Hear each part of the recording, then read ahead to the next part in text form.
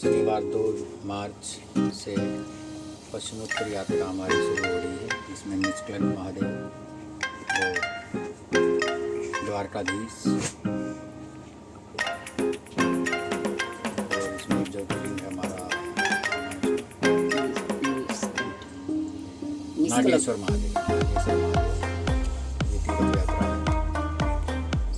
सोमवार को निष्कलंक महादेव जी के दर्शन करेंगे, उसके बाद द्वारकाधीश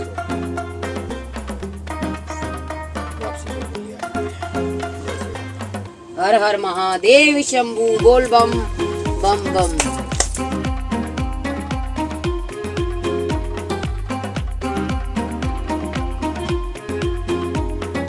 देवी शंभू बोल बम बम बम बोल बम बम बम। जय श्री राम। अब हम 6 बजे साबरमती स्टेशन पे पहुंच चुके हैं और हम अब लेक का आनंद लेंगे और आनंद करेंगे। जय श्री राम, जय श्री राम। ये साबरमती में पब्लिक की भीड़ है।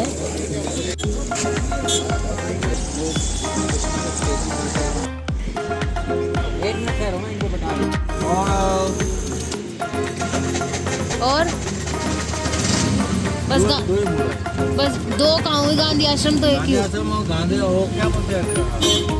क्या बोलते हैं? नहीं है 4 सवारी था भी। हाँ।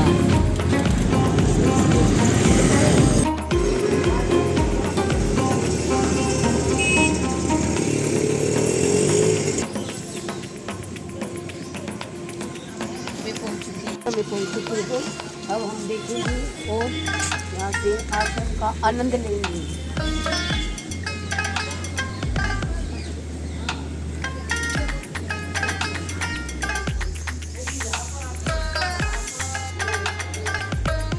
ये बड़ा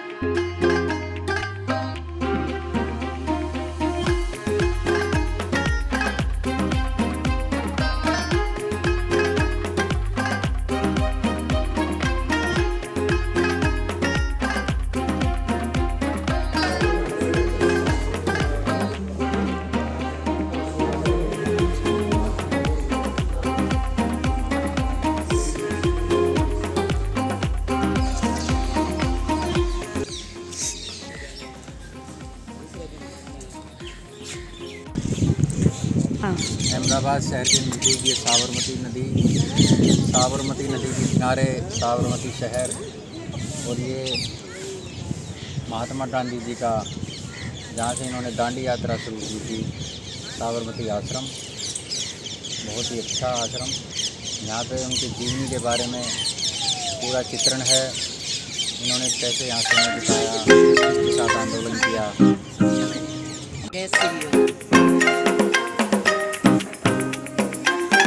जय श्री राम। मेहमानों का कमरा है, बहुत सुंदर कमरा है। वाह, वेरी नाइस।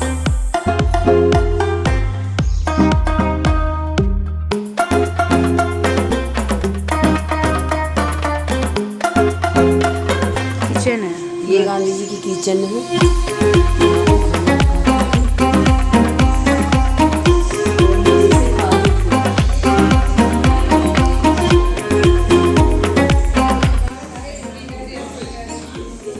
घर यहाँ पर रहे 12 साल। हाँ जी। 1918 से 30 तक गांधी जी का यही घर, ये इसको कर्मभूमि कहते हैं, क्योंकि 21 साल दक्षिण अफ्रीका रहने के बाद जब गांधी जी हमेशा के लिए भारत आ रहे हैं, वो लोग साथ में ही बता दें का निवास स्थान।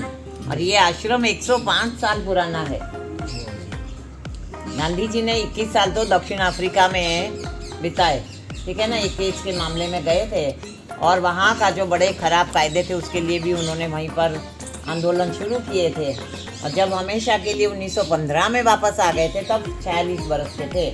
तब हमारे देश की आज़ादी की लड़त के कार्यक्रम जैसे सिविल डिसोबीडियंस या फिर नॉन कॉपरेशन मूवमेंट, कोहाट का सत्याग्रह हुआ, वैकोम सत्याग्रह, चंपारण के लिए यहीं से गए थे। और सबसे महत्व की दांडी मार्च, जो यहाँ से नमक का सत्याग्रह गांधी जी ने शुरू किया था।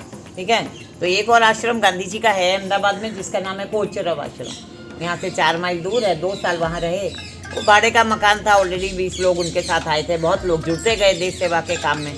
तो वही आश्रम प्लेग की बीमारी फटने के कारण गांधी जी ने यहाँ शिफ्ट कर दिया 1917 में। तब बापू का जाना हुआ था चंपारण सत्याग्रह, मोतिहारी बिहार, जो भारत आने के बाद का पहला आंदोलन था और बड़ा सफल रहा।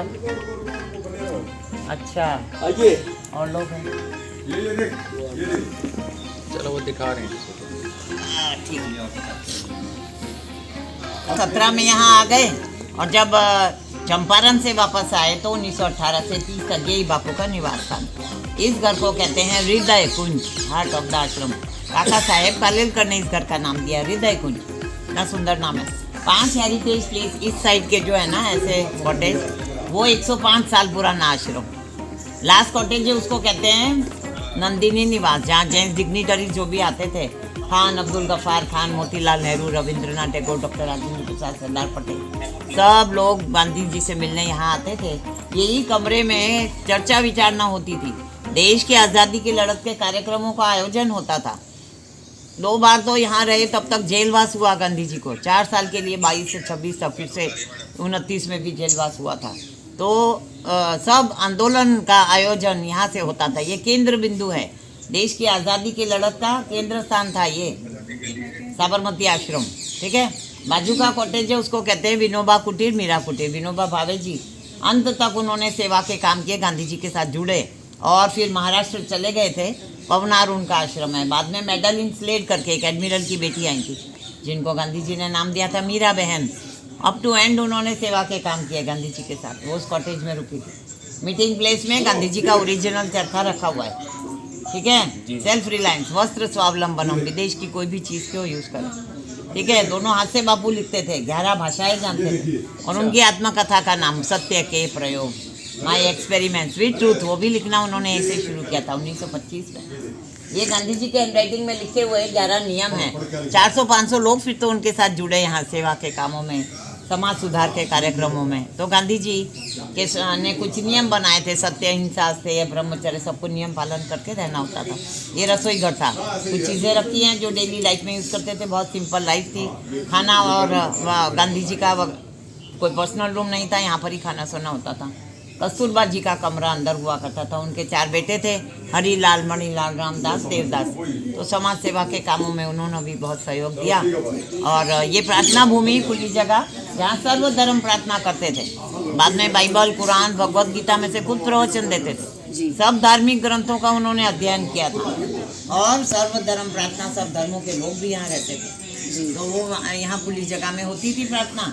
यहाँ से सीधा जाएंगे मगन निवास है, जो गांधी जी के भतीजे का घर था, जो आश्रम का संचालन करते थे। उन्होंने दक्षिण अफ्रीका से काम किया गांधी जी के साथ और आश्रम वही चलाते थे जब गांधी जी का सब जगह आना जाना रहता था।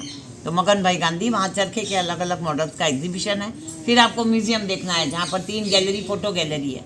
15 साल गांधी जी अहमदाबाद में रहे। एक यूनिवर्सिटी का स्थापना किया जिसका नाम गुजरात विद्यापीठ, वो यहीं पर ही है, 2 किलोमीटर दूर। 2000 बच्चे अभी भी गांधीयन वे में पढ़ते हैं वहाँ जी।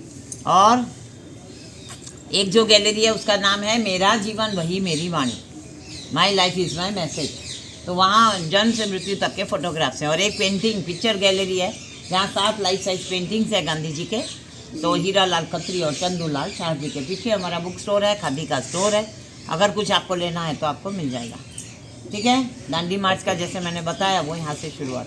यहाँ से जाने के बाद सेवाग्राम आश्रम वर्धा चले गए थे, महाराष्ट्र। बाद में दिल्ली, अंत समय में बिरला हाउस, जो जगह जहाँ उनको गोली लगी, राजघाट समाधि है।